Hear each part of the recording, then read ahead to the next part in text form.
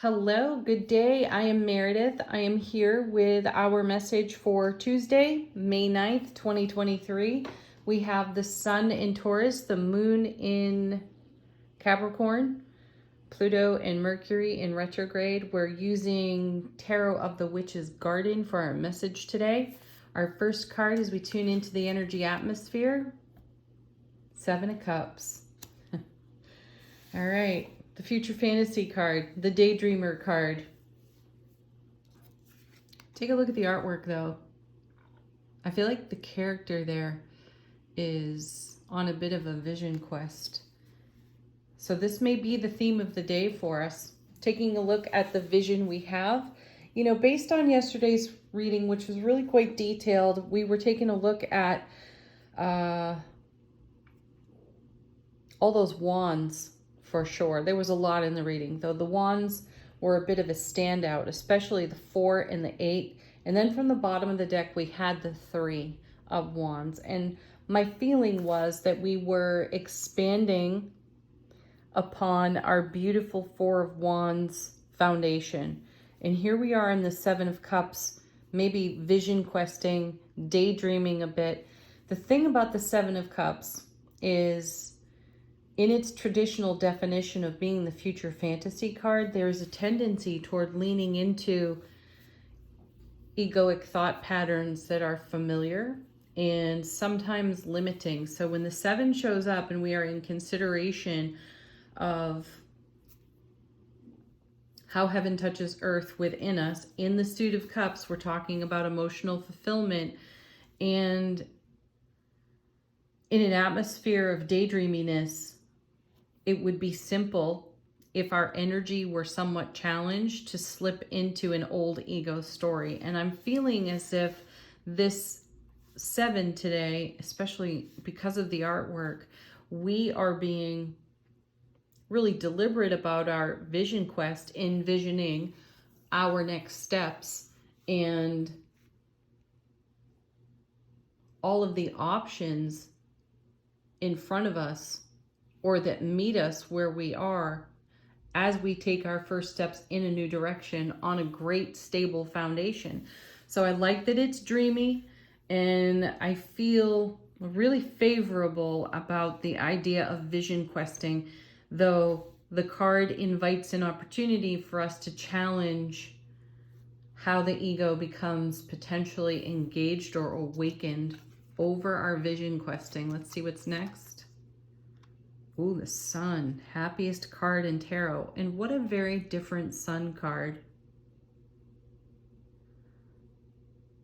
I feel like we've got a mirror image here. Oh, sweet. Yeah. Gosh, look. So on the 7, here we are in this really receptive posture, considering options, envisioning our options on our beautiful 4 of Wands foundation from yesterday's reading. And now we have the brilliant clarity of the Sun. What a great combination, because with the brilliant clarity of the Sun, we're less likely to be challenged by our own ego thoughts, stories, whatnots, right?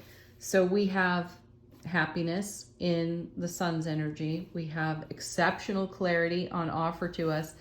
And in the Suit of Cups, we always have intuition. So again, let's take a look at the artwork, look at the character on the card. She is quite receptive to what is on offer in terms of all of the options. And with the Sun sitting here, I feel like the intuition is brilliantly clear. So there won't be a lot of nonsense being stirred up from the ego. And if there is, we're able to resolve it swiftly. Let's see what's next. Oh gosh, look at this. Here's the Hermit. Beautiful. I always feel like there's a ray of the sun in the Hermit's lantern. And you know, the core message on this card is that a quest beckons. And here we are vision questing over here on the 7 of Cups. How sweet is that, right? Now, the Hermit card also shines its light into the subconscious. It will reveal what is hidden.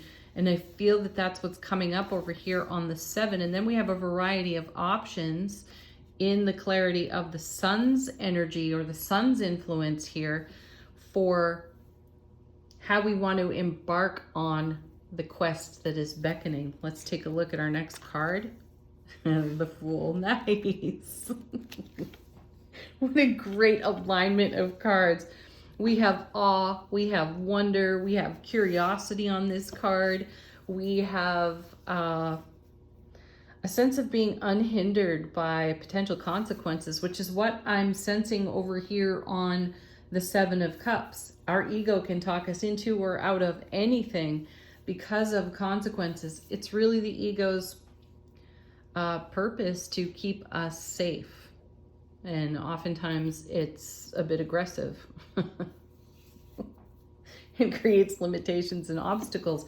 I'm not feeling the limitations or the obstacles here. If they appear, they only appear in a subtle way, in an easy way for us to overcome them. Again, with the energy of the sun, we're talking happiest card in tarot, and lending itself to a quest and a journey that we are on in terms of expanding the kind of happiness we're talking about here on the sun on our foundation. Again, referring back to yesterday's reading. Our next card, look at this, divine masculine energy. Yet again, there's the King of Cups. So intuition is absolutely heightened for us today in the cards. I like that we're seeing the King of Cups. He's super stable himself. Ooh, pardon. Forgot to turn off the phone. That's my mom and dad. They always call it the crack of dawn. It's very sweet. Anyway, moving back to the cards here. King of Cups, emotionally awake, aware, alert, and intimate, which is a wonderful card to have in support of the Seven of Cups over here. Because any part of the potential ego fantasy that could show up on the Seven is put to rest rather quickly by the intuition in the divine masculine energy here on the King of Cups. We're very tuned and focused, enlightened even to our own brilliantly clear intuitive messages, which allows us to walk away, or walk on rather, our journey as the Fool without any fear of consequences. And part of the reason we have that no fear of consequence on this card is that we are so skilled, we are so experienced in our spiritual journey.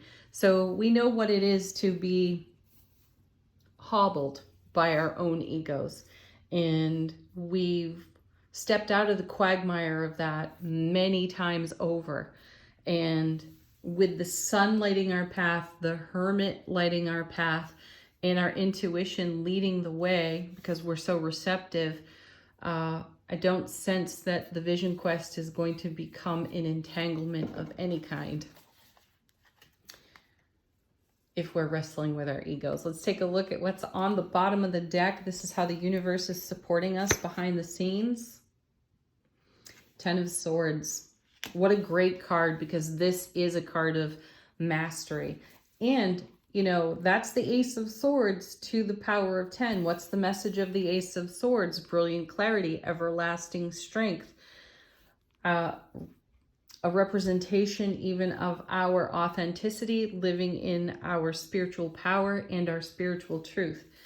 So this card is referred to as the Fallen Master. And I feel, as I'm looking at it right now, that the mastery of overcoming the obstacles we've put in our own path and the limitations that we have encountered from a very noisy ego has been overcome. And the Ten of Swords is confirmation that we move beyond any of those entanglements. And we're so good at it that we don't even know how good we are at overcoming it until we are met yet again in the journey with a potential obstacle and we find ourselves sailing right through that. Let's see what's next. The Queen of Wands. Passion, fire, beautiful divine feminine energy. She's the outspoken queen. She's the one who says what everybody else is thinking and doesn't dare to say out loud, though she does it with her her regal air. So it's not that she's without tact or grace. In fact, she's quite loaded with it. She's also loaded with the truth and ready to share it. And I feel that this is what we leverage on any potential moment of pause in our Seven of Cups vision quest. We get to the truth with ourselves quickly. Wow, look at that. And then we have the Queen of Swords, another beautiful divine feminine energy here for us. Looks like she's holding the Ace of Swords, doesn't it? Yes, of course she is. And this is our sword of truth, our sword of authenticity. And I also feel she's there to really knock down any nonsense that rises out of the fantastical ego energy that has the potential to rise up. We deal with it masterfully and swiftly. Then we have the Seven of Pentacles, because this is such a wonderful card. You know, it's in the journey to the Ten of Pentacles, which we refer to as the everything card. It shows our ripe harvest. It shows all of the resource that we have, and it shows the cycle that we are in. Yet another seven, heaven touching earth. In the suit of coins, we're talking about the earth plane tangible reality. So we're bringing our vision quest to life. It hasn't all come together. Not all of the pieces have fit into place. We've just come through a full cycle of everything falling into place. And now we're already into the next leg of the journey, Hermit card, Fool card. And we are allowing ourselves to lean deeper into our intuitive guidance so that we can bring this harvest over here to fulfillment as well, and continue to add to the happiness on our Four of Wands foundation. Again, yesterday's cards. Let's take a look at the Tea Leaf Oracle. What do we have? Oh, the first one. Moon. Changes in your life. Perfect. Yes, the changes that we are pursuing here, or vision questing about on that seven. Grasshopper. I think I rejected the meaning of this card last week. I probably will do it again. Situations in the balance that require careful handling. Yes, carefully handle anything that rises up from your Seven of Cups vision quest and move forward, taking a great leap of faith, which is truly the message of Grasshopper whenever I see it. Great leaps of faith. And we definitely have that with the Fool as we vision quest the beckoning quest from the Hermit.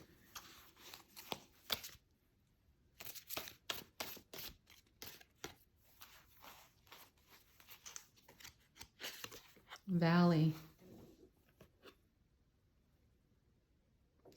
Deep personal strength and peace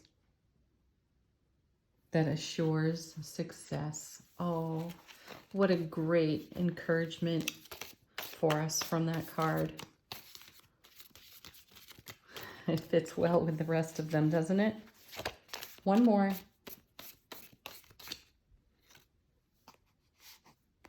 Oh, we have the tulip again. Great passion.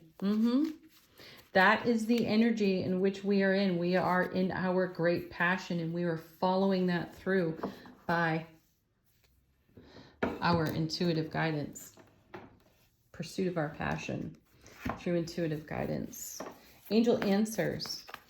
Ask a question if you have one. Let the cards be a sign or a symbol for you. Excellent message to get. Don't stop. Why would you, right? You're already in the journey. Why stop now?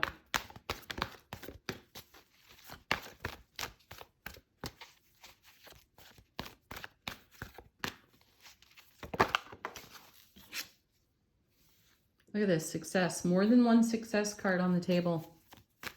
Emphatic success. Emphatically don't stop.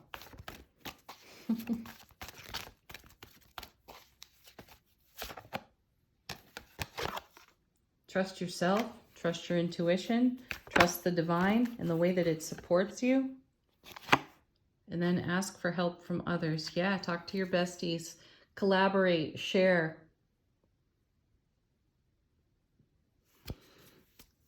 Yeah. I'm picking something else up off that card. That's why I'm pausing. Ask for help from others. The entanglement that I speak of on the Seven of Cups can simply be that as we discuss the things we are in excited anticipation about, the ego can sometimes find a foothold there and exaggerate the details out of the enthusiasm. So I'm sensing here that this ask for help from others, that could be your guides and angels. If there's no one else you want to share that with, though, if you are sharing it with your besties, your core group of people, in our enthusiasm, the ego can find a foothold. I don't say that as a cautionary tale. I just mention it because it's one of the definitions of the card. Sometimes the ego just runs away with the theme. And before long, we're into some old story. So be mindful of your authenticity is what I'm sensing between the ask for help from others and the potential challenge of the Seven of Cups. Okay, what's next? Oh, final word on the reading. Sacred Traveler's Oracle. What a great oracle deck to have in such a forward-moving reading. How is our soulful presence informing our waking consciousness? Oh, look at this. That's so funny. Embracing enthusiasm. Shout to the heavens with happiness. We've got that. So we're talking about enthusiasm here in the reading. I feel that we are soulfully present with our enthusiasm. So I don't necessarily feel a strong influence off that Seven of Cups to get carried away and create an obstacle with enthusiasm because the ego gets engaged. Remember, we've got these really wonderful queens here. Two really strong queens, the Wands and Swords. We also have the King of Cups. We're deep into our intuitive guidance and how we listen to and respond as a result of that guidance. We also have a lot of masterful energy here on the table in that 10 of Swords. And we've got brilliant clarity with the Sun. And I also feel there's, let's revisit the Sun for just a moment. There's what feels like a mirror image on this card. So take that where it's relevant for you. I feel that that is something of consequence to consider. Great consequence, positive consequence. So what is the mirror showing you in brilliant clarity? Consider that. All right, everybody, have a beautiful Tuesday. Peace, love, joy, happiness, playfulness. Namaste.